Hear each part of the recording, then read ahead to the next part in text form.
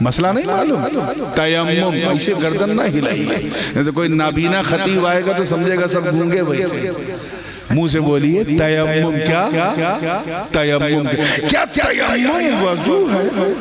نہیں۔ پھر کیوں کرو گے؟ اس لیے کیونکہ وضو کا خلیفہ، وضو کا جانشین ہے۔ ہم یہ نہیں دیکھیں گے کہ فتیمموا صعیدا طیبا، مٹی پر 2 بار ہاتھ مارنے کا نام تیمم ہے، ہم یہ نہیں دیکھیں گے۔ ہم دیکھیں گے جانشین کس کا ہے، اترادھیکاری کس کا ہے، ڈپٹی کس کا ہے، وائس ریجنٹ کس کا ہے، نائب کس کا ہے، کس کا یہ ڈپٹی ہے، ہم یہ دیکھیں گے۔ اسی لیے تو کعبے میں نہیں بلایا، کیونکہ کعبے کا کوئی خلیفہ نہیں، مینا میں نہیں بلایا، مینا کا کوئی خلیفہ نہیں، مزدلفہ پہ نہیں بلایا، اس کا کوئی خلیفہ نہیں، میدان عرفات میں اللہ نے ظالموں کو نہیں بلایا، اس کا بھی کوئی خلیفہ نہیں، نہ نماز کہا اس کا بھی کوئی خلیفہ نہیں، روزہ نہیں کہا اس کا بھی کوئی خلیفہ نہیں، حج اور زکوٰۃ کا کوئی خلیفہ نہیں، بلایا تو محبوب کے در پہ، کہاں؟ رسول کے در پہ۔ کیوں؟ وہ جانتا کہ پیسے والے لوگ تو عمرے کا ٹکٹ کٹا کر مدینہ پہنچ جائیں گے گناہ معاف کرانے، مگر بنگال کا غریب کہاں جائے، بھارت کا غریب کہاں جائے؟ آواز آئی گھبرا مت، اگر تو رسول کے در تک نہیں جا سکتا تو اجمیر میں ادائے رسول کے در پہ چلا جائے، کیونکہ وہ نبی کے جانشین ہے۔ مطلب دامن ابو بکر تھام لے، نبی کے جانشین، عمر کا دامن تھام لے، نبی کے جانشین، عثمان کا دامن تھام لے، نبی کے جانشین، علی کا دامن تھام لے، نبی کے جانشین، حسن حسین کا دامن تھام لے، نبی کے جانشین، ائمہ طاہرین کا دامن تھامے رہو، نبی کے جانشین۔ ارے اگر کچھ نہ ملے، قادری ہو تو غوث اعظم سے مانگ لو، نبی کے جانشین سہروردی تو شیخ عمر شہاب الدین سے مانگ لو، نبی کے جانشین نقشبندی ہو تو بہاؤالدین نقشبند کے در پہ چلے جاؤ، نبی کے جانشین۔ اور اگر تو بھارت کا غریب چشتی ہے تو خواجہ معین الدین کے در پہ جا، نبی کے جانشین قطب الدین کے در پہ جا، نبی کے جانشین فرید الدین کے در پہ جا، نبی کے جانشین نظام الدین کے در پہ جا، نبی کے جانشین سراج الدین کے در پہ جا، نبی کے جانشین علاء الحق کے در پہ جا، نبی کے جانشین اشرفیوں موقع ملے تو مخدوم سمنانی کے در پہ جا، نبی کے جانشین۔ اے اس عرس میں آنے والے خوش نصیبوں، تم اپنی قسمت پہ جتنا ناز کرو کم، اگر کوئی نہ ملے تو عتیق ملت کے در پہ پہنچ جا، یہ بھی نبی کے جانشین۔ نعرہ تکبیر، نعرہ رسالت، حضور عتیق ملت، حضور سیاہ ملت، حضور نورانی میاں صاحب قبلہ۔ یہاں آنسو بہے گا، وہاں ابر رحمت کی برکھا برسے گی۔ تو یہ آپ you are so fortunate that you have brought by Allah here, you came here with your intention to perform this Urs Mubarak, to stand in front of such highest personality in this field. جتنا چاہو جتنا مانگو کم ہے۔ آج کی رات ہے، اپنے گناہوں کو یاد کر کے سونے سے پہلے اپنے پیر کی بارگاہ میں گڑ گڑا کے سارے گناہوں کا تصفیہ کروا لو۔ بندے بن کے آئے تھے، بندہ نواز بن کے جاؤ گے، مرید بن کے آئے تھے، انشاءاللہ مراد بن کے جاؤ گے۔ مولا کریم ہم سب پر اپنا فضل فرمائے، کہنے سننے میں کوئی آمدن سہون غلطی ہو اللہ کریم معاف فرمائے۔ وآخر دعوانا ان الحمدللہ رب العالمین۔ السلام علیکم۔